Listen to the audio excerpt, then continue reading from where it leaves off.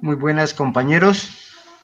A continuación, el grupo conformado por Ana María Aguiar, María Carolina Valeta, Luz Mari Montoya y quienes habla William Martínez, les vamos a presentar la reflexión sobre diversidad, multiculturalidad e interculturalidad. Entonces, para esta reflexión vamos a iniciar dando respuesta a dos interrogantes. El primero es, ¿qué relación existe entre interculturalidad, multiculturalidad y comunicación?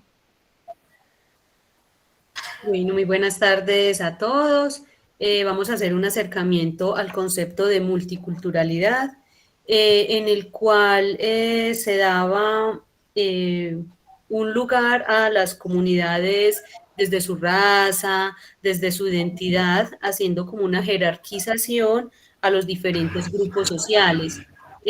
Con la multiculturalidad se abrió un debate a la existencia de otras identidades. Sin embargo, con la multiculturalidad se dejó estos grupos, por decirlo de alguna manera, aislados de los otros, lo que no permitió que existiese entre ellos una comunicación y a su vez una interrelación entre estos grupos sociales, generando por tanto una marginalización de estos grupos, lo que conllevó a que existiese en mayor medida una discriminación y de que se jerarquizara, digamos que de manera étnica, los grupos sociales y que existiera con mayor fuerza lo que conocemos como la élite, donde algunos grupos tienen poder sobre los otros.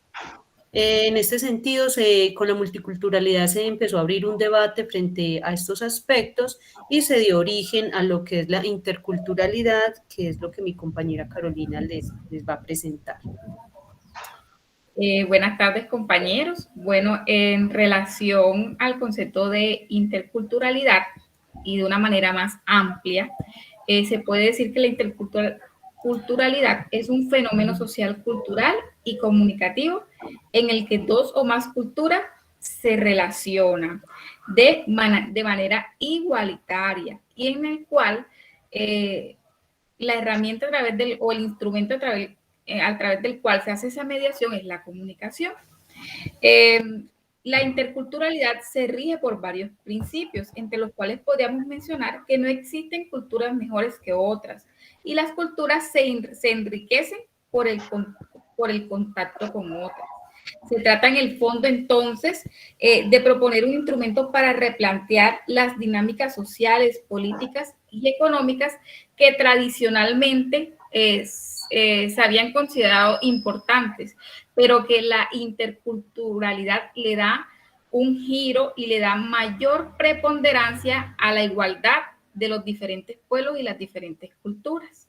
Por ende, se puede decir que tanto el concepto de multiculturalidad e interculturalidad son importantes y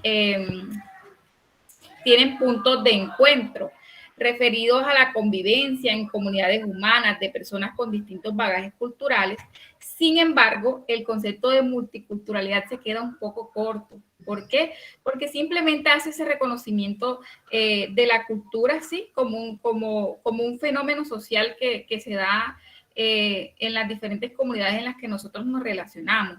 Pero la interculturalidad va más allá porque le da un papel preponderante a la igualdad, a la opinión de todas las personas y rescata esos principios culturales, históricos, sociales y políticos y de cierta manera se hace un resarcimiento, ¿verdad?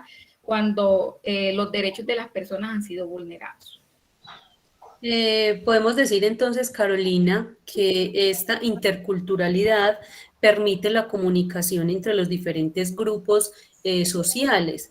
Como mencionaba Hall, el otro es esencial para la construcción del significado. Entonces, cuando a través de la interculturalidad podemos comunicarnos con el otro, conocer sobre su propia cultura, ahí es que se pueden establecer nuevos conocimientos alrededor de lo que es el otro y, como tú mencionabas, a través del respeto a la diversidad. Entonces, esos procesos comunicativos se hacen más presentes en todos los procesos de interculturalidad. Así es, totalmente.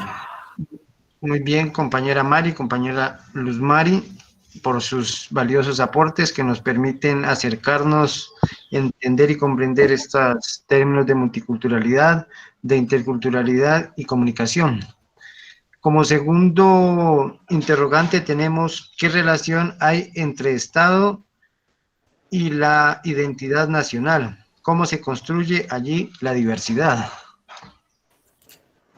Bueno, buenas tardes, compañeros. La identidad nacional hace referencia como a la apropiación de la historia, de los símbolos, de las expresiones culturales que hay en un país, y se debe construir identidad nacional con el propósito de crear sentido de pertenencia a ese país. El Estado tiene una posición clave en esa construcción de identidad nacional, pues desde las políticas oficiales estipula cuáles son esos símbolos que le son propios a la cultura del país. Con ello no solo legitima su poder como Estado, sino que muestra como una pretensión de homogeneizar la cultura.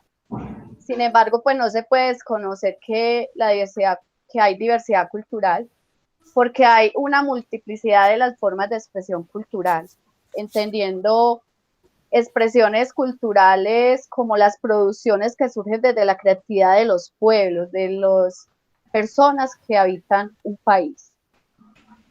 Con esa diversidad entonces aparece un primer término que es multiculturalidad, y el objetivo de este término fue el reconocimiento y la valoración de esas diversas expresiones culturales. Pero podríamos decir que más que valoración, hoy podemos hablar de aprovechamiento, pues en el comercio vemos una cantidad de expresiones culturales vendidas o tratadas como productos étnicos. Estamos en deuda entonces con ese proyecto de la interculturalidad, donde las expresiones culturales y esos símbolos no solo coexistan, sino que se genere una posibilidad de crear expresiones compartidas. Sí, Ana, de acuerdo pues como a lo que mencionas, el papel que tenemos los docentes frente a todos estos procesos de interculturalidad son muy importantes precisamente en la creación de currículos que favorezcan las identidades y de que permitan perpetuar las formas de ser y de vivir de las distintas comunidades, en donde se hagan construcciones precisamente en la que participen todos los entes de las comunidades educativas y donde podamos ir, por decirlo de alguna manera, quitando esas marcas que jerarquizan y donde podamos ser más inclusivos con todas las comunidades que tenemos en el aula. Concuerdo con usted, compañera. Sí, y en sí los currículos tienen que ser currículos abiertos, flexibles, y en los cuales se hable en términos de inclusión, o sea, que todos tengan derecho a participar de la educación. Bueno, compañeras, pues muy valiosos sus aportes.